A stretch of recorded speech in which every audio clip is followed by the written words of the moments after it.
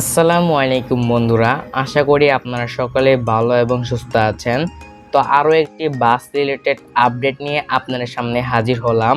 Anna ট্রান্সপোর্টের বহরে যুক্ত হতে যাচ্ছে মার্সিডিজ বেঞ্জের OF1623 ব্র্যান্ডের 10 ইউনিট নন এসি বাস। 10টি বাসের মধ্যে প্রথম ধাপে অর্থাৎ গতকাল 3টি গাড়ি ওয়ার্কশপ থেকে বের করা হয়েছে।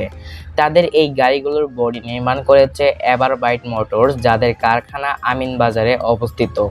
গাড়িগুলোকে প্যারাবোলিক সাসপেনশন চেসিসের উপর তৈরি করা হয়েছে।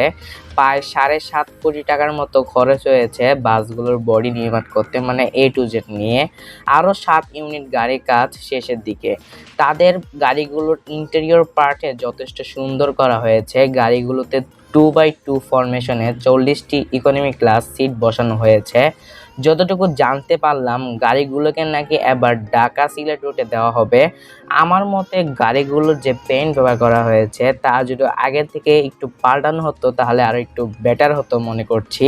কারণ আগের বার তাদের ভরে থাকা যে মার্সিডিজ বেঞ্জের যে এসি গাড়িটা রয়েছে সেটা আপনারা পেইন্ট অবশ্যই দেখেছেন হতো বা এই পেইন্টটি কিন্তু একদম আনকমন একটি পেইন্ট ব্যবহার করা হয়েছিল সেই বাসটিতে। তো সেক্ষেত্রে অ্যানা ট্রান্সপোর্ট যদি চাইতো তাহলে পারত তারা যে এই বাসগুলোতে আনকমন একটি পেইন্ট দিতে। তো এটা কিন্তু সম্পূর্ণ আমার মতামত। তো আবার অন্যদিকে যেহেতু দেশের বাজারে এই হিনো ওয়ান যে অর্থাৎ জাপানি প্রোডাক্ট নেই বললেই চলে, সেখানে যে তারা হিনো এইট যে আসছে, তারপর যে তারা মার্সিডিজের গাড়ি নামিয়েছে দেশে, এটাই অনেক বড় কথা। তো সকলে ভালো থাকবেন, সুস্থ থাকবেন। এই ছিল আমাদের আজকের ভিডিও। আমার জন্য দোয়া করবেন। আল্লাহ হাফেজ।